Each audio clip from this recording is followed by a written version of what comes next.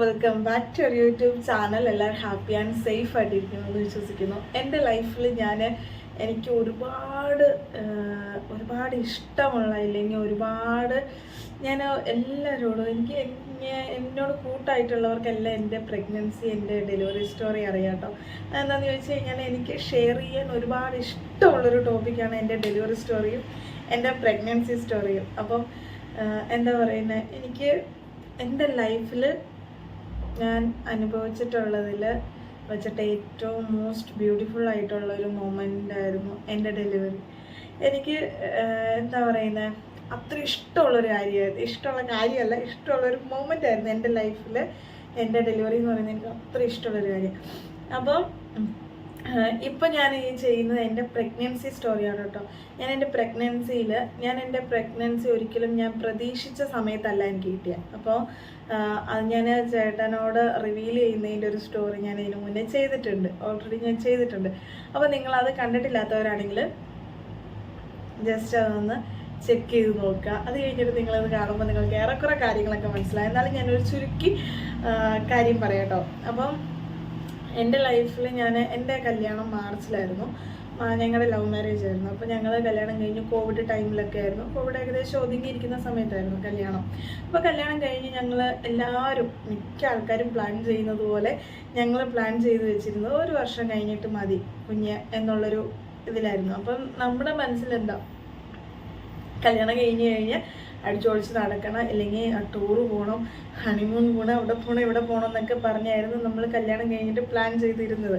അപ്പോൾ ഈ 1 വർഷം ഗ്യാപ്പ് നമുക്ക് അടിച്ചൊളിച്ച് നടക്കണം, നല്ല രീതിക്ക് നല്ല സ്മൂത്തായിട്ട് പോകണം എന്നൊക്കെ പറഞ്ഞ് നമ്മൾ ഇങ്ങനെ പ്ലാൻ ചെയ്തിരിക്കുകയാണ്. അപ്പോൾ അതാണ്ട് എടുക്കുന്ന കൊറോണേൻ്റെ ഒരു എന്താ പറയുക, നമുക്ക് പുറത്തിറങ്ങാൻ പറ്റില്ല, അങ്ങനത്തെ സിറ്റുവേഷൻ. അപ്പോൾ വീട്ടിൽ നിന്ന് ബോറടിച്ച് ഇങ്ങനെ ഇരിക്കുക. അപ്പം നമ്മളിങ്ങനെ ഈ 1 വർഷത്തേക്ക് നമുക്ക് യാത്രകളോ കാര്യങ്ങളോ ഒന്നും നടപടിയില്ല. എന്നാലും നമ്മൾ 1 വർഷത്തേക്ക് ബേബി വേണ്ട എന്നുള്ളൊരു പ്ലാനിങ് ആയിരുന്നു ഉണ്ടായിരുന്നത്. അപ്പം ഒരു ദിവസം ഇങ്ങനെ ഇരിക്കുന്ന സമയത്ത് എൻ്റെ ഫ്രണ്ട്സ് സർക്കിളിലുള്ള ഒരാളുടെ കുഞ്ഞിൻ്റെ ഫോട്ടോ ഞങ്ങളുടെ കോളേജ് ഗ്രൂപ്പിൽ വന്നു. അപ്പോൾ ആ വന്ന സെക്കൻഡ് ഞാൻ തീരുമാനിച്ചു. അപ്പം ഞാൻ തീരുമാനിച്ചു എനിക്ക് കുഞ്ഞു വേണം, എനിക്ക് ഇപ്പം തന്നെ കുഞ്ഞു വേണമെന്നായി. അതെന്താണെന്ന് ചോദിച്ചു കഴിഞ്ഞാൽ കുഞ്ഞിൻ്റെ മുഖമൊക്കെ കണ്ടു കഴിഞ്ഞപ്പോഴത്തേക്ക് ഞാൻ ഓർത്തു, അയ്യോ ഞാനും ഒരമ്മയായി കഴിഞ്ഞാൽ ഞങ്ങളുടെ ഇടയ്ക്ക് ഒരു കുഞ്ഞ് ഇതുപോലെ വരുമല്ലോ, ഇല്ലെങ്കിൽ ഒരു കുഞ്ഞ് വെച്ചിട്ട് എനിക്ക് കുഞ്ഞു മക്കളെ ഭയങ്കര ഇഷ്ടമാണ് കേട്ടോ. അപ്പം ഞാൻ വിചാരിച്ചു എനിക്ക് കുഞ്ഞു വേണം, എനിക്കിപ്പം തന്നെ കുഞ്ഞു വേണം എന്നുള്ള തീരുമാനത്തിലെത്തി. അത് തന്നെ ഞാൻ ഹസ്ബൻഡിനോടും പറഞ്ഞു. ചേട്ടനോട് പറഞ്ഞു കഴിഞ്ഞപ്പോഴത്തേക്കും ചേട്ടായിക്ക് ഓക്കെ ആയിക്കോട്ടെ എന്ന് പറഞ്ഞു. അത് കഴിഞ്ഞ് ഞങ്ങൾ കുറേ കാലങ്ങളല്ല, 1 മാസത്തോളം ഇങ്ങനെ കഴിഞ്ഞു പോയി. നമുക്കപ്പോൾ ഈ ടൈമോ കാര്യങ്ങളോ ഇല്ലെങ്കിൽ ഓവുലേഷൻ ടൈമുണ്ട്, ഇല്ലെങ്കിൽ ഇങ്ങനെ ഒരു ടൈം ഉണ്ടെന്നൊന്നും നമുക്കറിയില്ലല്ലോ. അപ്പോൾ ഞാൻ എന്ത് ചെയ്തു, നമ്മൾ അതിനുള്ള പ്രിപ്പറേഷനായി. അത് കഴിഞ്ഞിട്ട് അടുത്ത മാസം എനിക്ക് ഇങ്ങനെ ഞാൻ ഡേറ്റൊക്കെ നോക്കിയിരിക്കുക. അപ്പോൾ നമുക്കിങ്ങനെ ഡേറ്റ് ചേഞ്ച് ആകുമെന്നൊക്കെ അല്ലേ നമുക്ക് ആകെ അറിയത്തുള്ളൂ. അപ്പോൾ ഡേറ്റൊക്കെ ചേഞ്ച് ആകുന്ന ഇങ്ങനെ നോക്കിയിരിക്കുക. അതാണ്ട് വരുന്ന പീരീഡ്സ് അടിപൊളി. ഞാൻ കിടന്ന് കരച്ചിൽ തുടങ്ങി. ഞാൻ ഓർത്ത് നമ്മൾ വിചാരിക്കുന്ന സമയത്ത് തന്നെ നമുക്ക് കുഞ്ഞ് കിട്ടും എന്നാണ് ഞാൻ വിചാരിച്ചു വെച്ചേക്കുന്നത്. പക്ഷെ അങ്ങനെയല്ല എന്നുള്ള കാര്യം പിന്നീട് ഒരു മാസം 2 മാസമൊക്കെ കഴിഞ്ഞിട്ടാണ് മനസ്സിലാവുന്നത്. കോട്ടുക വരുന്നത് സംസാരിക്കുമ്പോൾ ഉള്ളൊരു ഇതുകൊണ്ടാണ് കേട്ടോ. ഉറക്കം വന്നിട്ടല്ല, നീ പോയി കിടന്ന് ഉറങ്ങടി എന്ന് പറയരുത്. അപ്പം അത് കഴിഞ്ഞിട്ട് പിറ്റേ മാസം അതുപോലെ തന്നെ നമുക്ക് ഈ കാര്യങ്ങളൊന്നും അറിയില്ല. നമ്മൾ ആ ഒരു ടൈമോ കാര്യങ്ങളോ ഒന്നും നോക്കാണ്ട് നമ്മൾ അതിൻ്റെതായ രീതിക്ക് നമ്മൾ ജീവിച്ചങ്ങ് പോവുകയാണ്. അത് കഴിഞ്ഞിട്ട് അറിയില്ല. അത് കഴിഞ്ഞ് പിറ്റേ മാസം പീരീഡ്സായി. ഞാൻ ഓർത്ത് എനിക്ക് അതിന് പറ്റില്ല, എനിക്ക് വയ്യ എന്നുള്ള കാര്യങ്ങൾ ഓർത്ത് അതേ നോക്കിക്കോണം. ഒരു ദിവസം അങ്ങോട്ട് മാറിക്കഴിഞ്ഞിട്ടുണ്ടെങ്കിൽ രാവിലെ ഉച്ചയ്ക്ക് വൈകിട്ടെല്ലാം ടെസ്റ്റ് ചെയ്യുക. നമുക്കിതിനെപ്പറ്റി ഒന്നും അറിയില്ലല്ലോ. അത് കഴിഞ്ഞിട്ടാണ് എൻ്റെ ഒരു ഫ്രണ്ട് വഴി ഞാൻ കുറേ കാര്യങ്ങളൊക്കെ യൂട്യൂബിൽ സെർച്ച് ചെയ്യാൻ തുടങ്ങി. അപ്പോൾ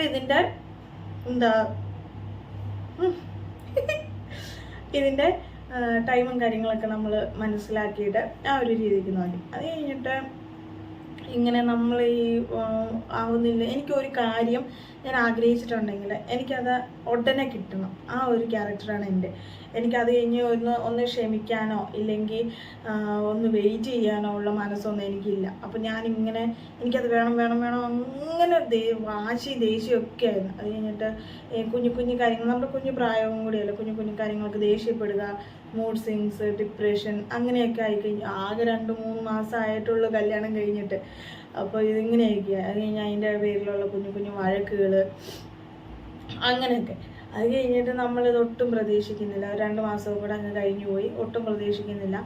എൻ്റെ ചേട്ടായിയുടെ ഒരു ഫ്രണ്ടിൻ്റെ വീട്ടിൽ വെച്ചിട്ട് നമ്മൾ ഭക്ഷണം വിളമ്പുന്ന സമയത്താണ് ഞാൻ വോമിറ്റ് ചെയ്യുന്നത്. അപ്പോഴും നമ്മൾ പ്രതീക്ഷിക്കുന്നില്ല. കാരണം നമ്മൾ ആ ഒരു മൈൻഡ് വിട്ടു. അത് കിട്ടുമ്പോൾ കിട്ടട്ടെ എന്നുള്ളൊരു രീതിക്കായിട്ട് നമ്മൾ ആ ഒരു മൈൻഡ് വിട്ടു. അത് കഴിഞ്ഞിട്ട് പിറ്റേ ദിവസം രാവിലെ എണീറ്റ് ടെസ്റ്റ് ചെയ്തു. അന്ന് വൈകിട്ട് തന്നെ ഒരു ടെസ്റ്റ് മേടിച്ചിട്ട് പിറ്റേ ദിവസം രാവിലെ തന്നെ ടെസ്റ്റ് ചെയ്തതാണ്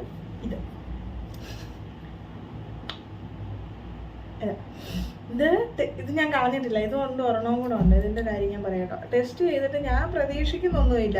കാരണം നമ്മുടെ മൈൻഡിൽ ഇതില്ലല്ലോ. അപ്പം നമ്മളിത് പ്രതീക്ഷിക്കുന്നില്ല. ഇത് ഈ ഒരു കേസേ നമ്മൾ വിട്ടതാണ്. അപ്പം ഇങ്ങനെ ഡ്രോപ്പ് ചെയ്തിട്ട് ഞാൻ ഇങ്ങനെ നോക്കുന്നില്ല. കാരണം ഇത് അല്ല, ഇതെൻ്റെ ചേച്ചി പറഞ്ഞിട്ടാണ് കേട്ടോ ഞാൻ നോക്കിയത് പോലും. കാരണം എനിക്ക് ഇച്ചിരി ക്ഷീണവും ഒരു ഇതൊക്കെ പോലെ വന്നപ്പോഴത്തേക്കും, ഒരു മന്ദത പോലെ വന്നു കഴിഞ്ഞപ്പോഴത്തേക്കും ഞാൻ ചേച്ചീനെ ഫോൺ വിളിച്ചപ്പോൾ ചോദിച്ചു, നിൻ്റെ ഡേറ്റ് എത്രയാണെന്ന് ചോദിച്ചു. 19 പറഞ്ഞു. അപ്പോൾ ദിവസം 25 കഴിഞ്ഞു. അപ്പോൾ ഇത്രത്തോളം ദിവസം കഴിഞ്ഞപ്പോഴത്തേക്കും എന്നോട് ചേച്ചി പറഞ്ഞു, നീ ഒന്ന് ടെസ്റ്റ് ചെയ്ത് നോക്കുന്നത്. കാരണം കഴിഞ്ഞ മാസം ഇംപ്ലാന്റേഷൻ ബ്ലീഡിങ് പോലെ, അതിപ്പോഴാണ് മനസ്സിലാകുന്നത് അത് ഇംപ്ലാന്റേഷൻ ബ്ലീഡിങ് ആയിരുന്നു. 2 ദിവസത്തെ ബ്ലീഡിങ് ഉണ്ടായിരുന്നു. അപ്പോൾ അങ്ങനെ ആ ഒരു ബ്ലീഡിങ് കഴിഞ്ഞപ്പോഴത്തേക്കും നമ്മളത് നോക്കുന്നില്ലല്ലോ. അപ്പോൾ നമുക്ക് പീരിയഡ്സ് ആയി എന്നുള്ള രീതിക്കാണ്. എനിക്ക് കൂടിപ്പോയാൽ 4 ദിവസം, അല്ലെങ്കിൽ അങ്ങേയറ്റം പോയാൽ 5 ദിവസം അങ്ങനെയൊക്കെയുള്ളൂ. അല്ലാതെ അതിൽ കൂടുതൽ ദിവസങ്ങൾ പോകാറില്ല. അപ്പോൾ നമ്മൾ എന്ത് ചെയ്തു, ചേച്ചി പറഞ്ഞപ്പോഴത്തേക്കും ഞാൻ അന്ന് വൈകിട്ടാണ് ഞാൻ വോമിറ്റ് ചെയ്യുന്നത്. അപ്പോൾ അന്ന് ഒന്ന് നോക്കി, അപ്പോഴാണ് ഞാൻ ആലോചിക്കുന്നത്, ഈശ്വര ഇത്രയും ദിവസം ആയല്ലോ എന്ന് ഓർക്കുന്നത്. അത് കഴിഞ്ഞിട്ട് ചുമ്മാ കാണുകയില്ല എന്ന് തന്നെ മനസ്സിൽ വിചാരിച്ചിട്ട് ഇങ്ങനെ ഡ്രോപ്പ് ഒഴിച്ചിട്ട് എങ്ങനെ ഇരിക്കാം. അപ്പം ഞാനതെത്തി നോക്കുന്ന പോലുമില്ല. കാരണം നമുക്ക് ഒട്ടും പ്രതീക്ഷയില്ല. അപ്പം ഞാനതെത്തി നോക്കുന്ന കൂടിയില്ല.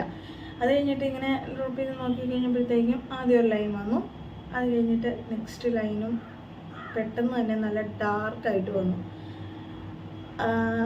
അത് കഴിഞ്ഞിട്ട് ഞാൻ പെട്ടെന്ന് അതിൻ്റെ കവറ് ഞാൻ ആ ഒരു ഇത് ചെയ്തത്, അതിൻ്റെ അകത്ത് നമ്മൾ ഈ കുപ്പിക്കകത്തൊക്കെ ഇടുമ്പോഴത്തേക്കും ഒരു കുഞ്ഞ് സാധനം കിടക്കൂലേ, ഈ പാറ്റ ഇതൊക്കെ കയറാതിരിക്കാൻ വേണ്ടി, അതുപോലും ആ കവറിൻ്റെ അകത്തുണ്ടല്ലോ, അതുപോലെ ഞാൻ ഇപ്പോഴും സൂക്ഷിച്ച് വെച്ചിട്ടുണ്ട്. എവിടെയോ ഇരിപ്പുണ്ട്.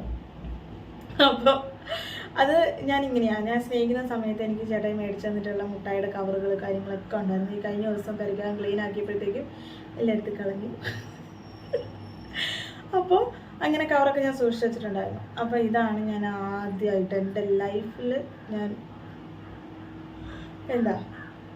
എൻ്റെ ലൈഫിൽ ഫസ്റ്റ് ഉപയോഗിക്കുന്നതല്ല. അതിന് മുന്നേ കുറേ ഉപയോഗിച്ച് നോക്കിയായിരുന്നല്ലോ നമ്മൾ, രാവിലെ ഉച്ചയ്ക്ക് വൈകിട്ട് എന്ന് പറഞ്ഞ് 1-2 ദിവസത്തേക്കൊക്കെ നോക്കിയായിരുന്നല്ലോ. അതല്ല, എൻ്റെ പോസിറ്റീവ് കാണിച്ച ഫസ്റ്റ് കാർഡാണിത്.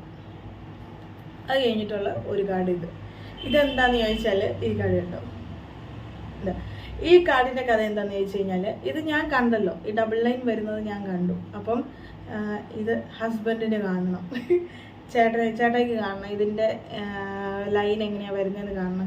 കാരണം ഇത് നമ്മുടെ ഫസ്റ്റ് ബേബിയാണ്, ഫസ്റ്റ് എക്സ്പീരിയൻസ് ആണ്. പ്രഗ്നൻസി, ഡെലിവറി കാര്യങ്ങളെല്ലാം ഈ ഒരു കാർഡ് പോസിറ്റീവ് വരുന്നതെല്ലാം നമ്മുടെ ഫസ്റ്റ് എക്സ്പീരിയൻസാണ്.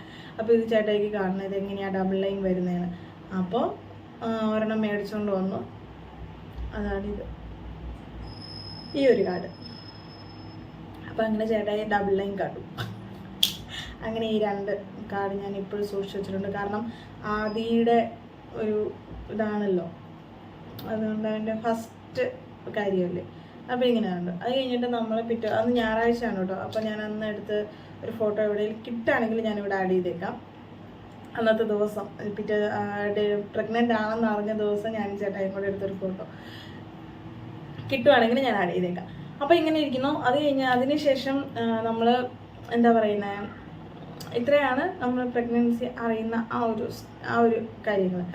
അതിനുശേഷം തിങ്കളാഴ്ചയാണ് നമ്മൾ ഹോസ്പിറ്റലിൽ പോകുന്നത്. അപ്പോൾ അവർ ഇതുപോലെ ഒരു ടെസ്റ്റ് ചെയ്തു, ബ്ലഡ് ടെസ്റ്റ് ചെയ്തു. അപ്പോൾ പോസിറ്റീവ് ആണ്. ഓക്കെ. അത് കഴിഞ്ഞിട്ട് നമ്മൾക്ക് ഒരു ഡേറ്റ് വന്നു, ഒരു മാസം കഴിഞ്ഞിട്ടോ അല്ല 1.5 ആഴ്ച, എനിക്ക് കറക്റ്റ് ഓർക്കുന്നില്ല, 1.5 മാസമാണെന്ന് തോന്നുന്നു. പിറ്റേ മാസം ഈ സമയത്ത് വരിക എന്ന് പറഞ്ഞിട്ട് ഒരു സ്കാനിങ് ഉണ്ടെന്ന് പറഞ്ഞിട്ട് അവർ വിട്ടു. അത് കഴിഞ്ഞിട്ട് നമ്മൾ അന്ന് പ്രഗ്നൻ്റ് ആണെന്ന് അറിഞ്ഞ് അന്ന് പോയി എടുത്താണ് കേട്ടോ ഈ ഒരു പേപ്പർ. കാണിക്കാമോ ഇങ്ങനെയൊക്കെ? ഇത് കണ്ടില്ലേ, PP യൂണിറ്റിൽ പോയി എടുത്ത നിഷ മൊയ്റ്റി, 21 വയസ്സ്, വൈഫ് ഓഫ് അനന്തു, പിന്നെ അഡ്രസ്സ്, ഫസ്റ്റ് ബേബി എന്നുള്ളത്, എൻ്റെ ബ്ലഡ് ഗ്രൂപ്പ്, അതുപോലെ എൻ്റെ വെയിറ്റ്, ലാസ്റ്റ് പീരിയഡ്സ് ഡേറ്റ് ഇന്നത്തെ കിടക്കുന്ന 19/6 കേട്ടോ. അപ്പോൾ ജൂൺ മാസം. പിന്നെ പിറ്റേ മാസം നമ്മളോട് ചെല്ലാൻ പറഞ്ഞത് കണ്ടോ, ഡേറ്റ് കിടക്കുന്ന 26/7/2022. അന്ന് ഞാൻ പ്രഗ്നൻ്റ് ആണെന്ന് അറിയുന്ന ആ ഒരു സമയത്ത് ഞാൻ 48 കിലോയേ ഉണ്ടായിരുന്നുള്ളൂ. പ്രസവിക്കുന്ന സമയത്ത് 24/2/2024 ഞാൻ 66 കിലോയോ. അയ്യോ. കോവിഡ് വാക്സിനേഷനൊക്കെ എടുത്ത് ഫസ്റ്റ് ഡോസ് എന്നൊക്കെ എഴുതി വെച്ചിട്ടുണ്ട്. ഇത് PP യൂണിറ്റ്, ഗവൺമെൻറ് ഹോസ്പിറ്റലിൽ പോകുന്നവർക്കറിയാം. PP യൂണിറ്റ് എന്ന് പറഞ്ഞിട്ടുള്ളൊരു സംഭവം കണ്ടുണ്ട്. അവിടെ നിന്ന് നമുക്ക് കിട്ടുന്ന ഒരു പേപ്പറാണത്. അപ്പോൾ അത് കഴിഞ്ഞിട്ട് 1 മാസം 1.5 മാസം കഴിഞ്ഞപ്പോഴത്തേക്ക് സ്കാൻ ചെയ്തു. സ്കാൻ ചെയ്തപ്പോഴാണ് അറിയുന്നത് ആ ഡാർക്ക് ലൈൻ അത്ര പെട്ടെന്ന് വന്നതിൻ്റെ കാരണം മനസ്സിലാവുന്നത്. എനിക്കപ്പം 7 വീക്സ് ആയിരുന്നു. അപ്പോൾ നമ്മുടെ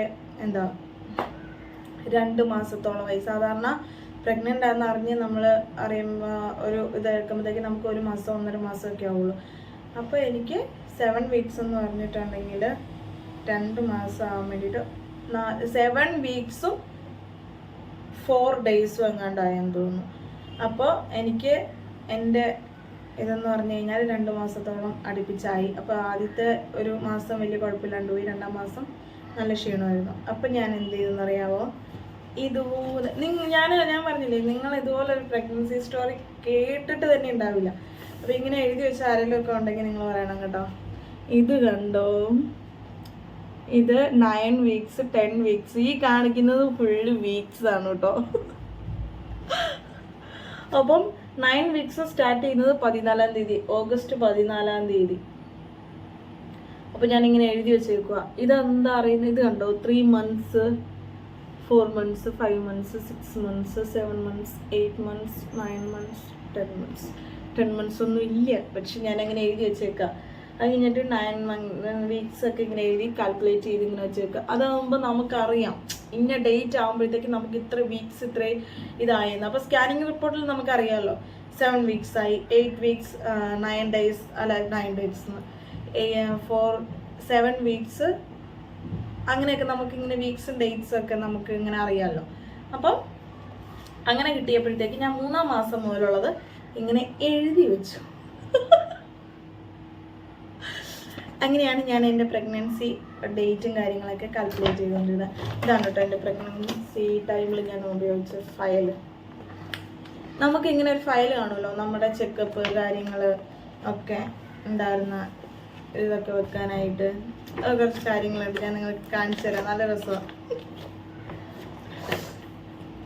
അപ്പം ഇത്രയാണ് നമ്മുടെ ഫയലിൻ്റെ അകത്തുള്ളത്. എന്തുവാ ഇത്? ഞാൻ ഇടയ്ക്കൊക്കെ ഇങ്ങനെ എടുത്ത് നോക്കൂ കേട്ടോ, അങ്ങനെ എൻ്റെ സ്കാനിങ് റിപ്പോർട്ട് കാര്യങ്ങളൊക്കെ. മെഡിക്കൽ കോളേജിലെ പാസ്, കാരണം അവിടെയായിരുന്നു എൻ്റെ ഡെലിവറി. പിന്നെ ഇതെന്തോന്ന്, റേഡിയോളജിയോ?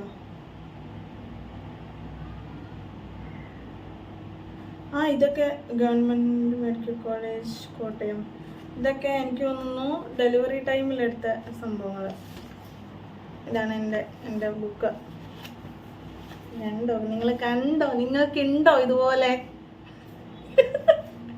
ഇതാണ് എൻ്റെ പ്രഗ്നൻസി ബുക്ക്. നമുക്ക് ഈ ഹോസ്പിറ്റലിൽ പോകുമ്പോൾ നമ്മൾ ഡോക്ടറിനെ അവിടെ വെച്ച് കാണുമ്പോൾ നമുക്കിത് ഒരു ബുക്ക് വേണമല്ലോ, അങ്ങനെ ഓരോ ഇതൊക്കെ എഴുതാൻ വേണ്ടിയിട്ട്. ഇത് നമ്മുടെ ഹെൽത്ത് സെൻറ്ററിൽ നിന്നൊക്കെ തന്നിട്ടുള്ള ഇത്. നമ്മുടെ ഷുഗറും പ്രഷറൊക്കെ നോക്കണ്ടേ. ഇങ്ങനെ കുറേ ഉണ്ട്, കുഞ്ഞു കുഞ്ഞു ചീട്ടുകൾ പോലും എൻ്റെ കയ്യിലിരിക്കുക. ഞാൻ ഇടയ്ക്കിടയ്ക്ക് ഇങ്ങനെ എടുത്ത് നോക്കും. ഇതെന്താ, ഡിസ്ചാർജ് കാർഡ് മെഡിക്കൽ കോളേജിലെ. അപ്പോൾ ഇത് കുറേ ഉണ്ട്.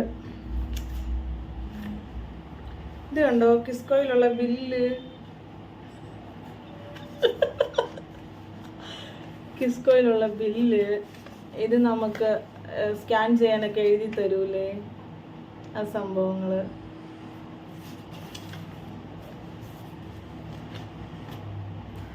അങ്ങനെ കുറേ. ഇത് ശരിക്കും പറഞ്ഞു കഴിഞ്ഞാൽ ഒരു എപ്പിസോഡിനുള്ളത് തന്നെയാണ്. ഇത് കണ്ടോ, സ്കാനിങ് റിപ്പോർട്ട്. അപ്പോൾ അങ്ങനെ കുറേ വിശേഷങ്ങൾ. അപ്പോൾ ഇങ്ങനെ ചെയ്തു, ഇങ്ങനെ സ്കാൻ ചെയ്തു. അത് കഴിഞ്ഞിട്ട് ഞാൻ അങ്ങനെ എഴുതിയൊക്കെ വെച്ച് അതിന് ശേഷം നമ്മൾ ക്ഷീണവും കാര്യങ്ങളൊക്കെ എന്നെ നല്ല രീതിക്ക് തന്നെ കെയർ ചെയ്തു. നല്ല രീതിക്ക് നമ്മുടെ എന്താ പറയുന്ന മൂഡ് സ്വിങ്സും കാര്യങ്ങളൊക്കെ പ്രഗ്നൻസി സമയത്തും ഉണ്ടാവുമല്ലോ. പക്ഷെ അതിനെപ്പറ്റി ഒന്നും ചേട്ടന് ധാരണയില്ലായിരുന്നു. അപ്പം അങ്ങോട്ടും ഇങ്ങോട്ടും വഴക്ക് കാര്യങ്ങളൊക്കെ ഉണ്ടാവും. കാരണം ഞാൻ ഒരു കാര്യം പറയുമ്പോഴത്തേക്ക് അതിന് അതുപോലെ തന്നെ ആയിരിക്കും തിരിച്ചും പറയുക. കാരണം ഇതിനെ പറ്റിയിട്ടുള്ള അറിവൊന്നും ഇല്ല പുള്ളിക്ക്. അപ്പോൾ മൂഡ് സ്വിങ്സ് എങ്ങനെയാണ്, അല്ലെങ്കിൽ ഡിപ്രഷൻ എങ്ങനെയാണ്, അങ്ങനത്തെ കാര്യങ്ങളൊന്നും അറിയില്ല.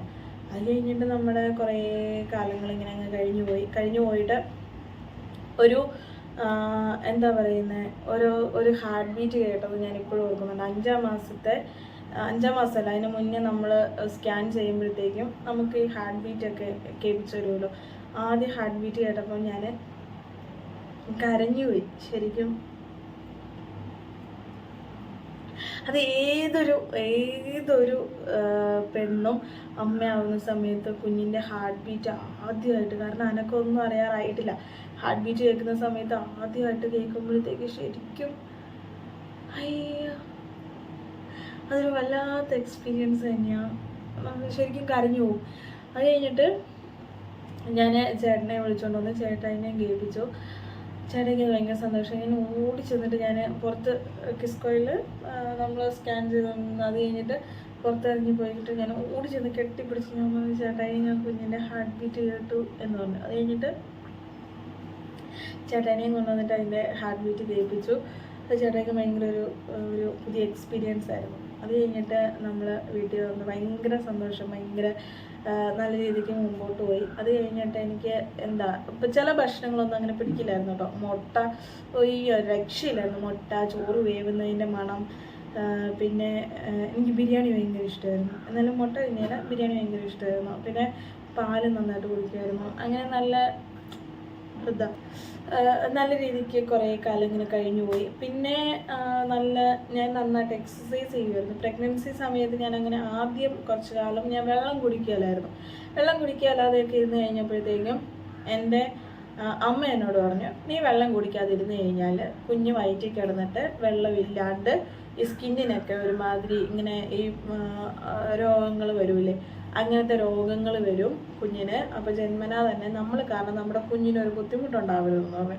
അത് കഴിഞ്ഞിട്ട് എനിക്ക് ഭയങ്കര പേടി. അപ്പോൾ ഞാൻ ലിറ്റർ കണക്കിന് വെള്ളം കുടിക്കും, ഭയങ്കരമായിട്ട് വെള്ളം കുടിക്കും, മൂത്രമൊഴിക്കുക, ഭക്ഷണം കഴിക്കാനൊന്നും വലിയ ബുദ്ധിമുട്ടില്ലായിരുന്നു. അത് കഴിഞ്ഞിട്ട് പിന്നെ ഒരു 7-ാം മാസമൊക്കെ ആയിക്കഴിഞ്ഞപ്പോഴത്തേക്കും കൂട്ടിക്കൊണ്ട് പോകുന്ന ചടങ്ങ്. ആ ഒരു ടൈമിൽ എടുത്ത ഫോട്ടോ ഒക്കെ ഉണ്ടെങ്കിൽ ഞാൻ ആഡ് ചെയ്യാം കേട്ടോ. അപ്പോൾ വീട്ടിൽ വന്നു അമ്മ അമ്മയും പപ്പയും, അമ്മയുടെ ചേച്ചി, എൻ്റെ വലിയമ്മ, പപ്പ, അങ്ങനെ കുറച്ച് പേരൊക്കെ വന്നിട്ട് എന്നെ കൂട്ടിക്കൊണ്ടുപോയിട്ട് 1 മാസം ഞാൻ അവിടെ നിന്നു. ഒരു മാസം വീട്ടിൽ നിന്നു. ആ 1 മാസം വീട്ടിൽ നിന്ന സമയത്ത് പാലാ ഗവൺമെൻറ് ഹോസ്പിറ്റലിലാണ് എന്നെ കാണിച്ചുകൊണ്ടിരുന്നത്. അപ്പോൾ അവിടെ ചെക്കപ്പിന് വന്നപ്പോഴത്തേക്ക് റോഡ് ഭയങ്കര മോശം. അപ്പം ഞാൻ ബസ്സിനാണ് കേട്ടോ വന്നത്. അപ്പം കുലുങ്ങി ഭയങ്കര ബുദ്ധിമുട്ട്. തിരിച്ചു പോയത് ഭയങ്കര കഷ്ടപ്പെട്ടു പോയി. അത് കഴിഞ്ഞിട്ട് തീരുമാനിച്ച് ഇവിടെ വന്ന് നിൽക്കാം, വീട്ടിൽ വന്ന് നിൽക്കാം, ചേച്ചി ഉണ്ടല്ലോ എന്ന് ഓർത്തു. അതിന് മുന്നേ പറയാനുള്ളൊരു കാര്യം, ഞാൻ ഒരു 5-ാം മാസം വരെ ഞങ്ങൾ വേറൊരു വീട്ടിലായിരുന്നു. അപ്പോൾ ഞാനും ചേട്ടനും മാത്രമേ ഉണ്ടായിരുന്നുള്ളൂ.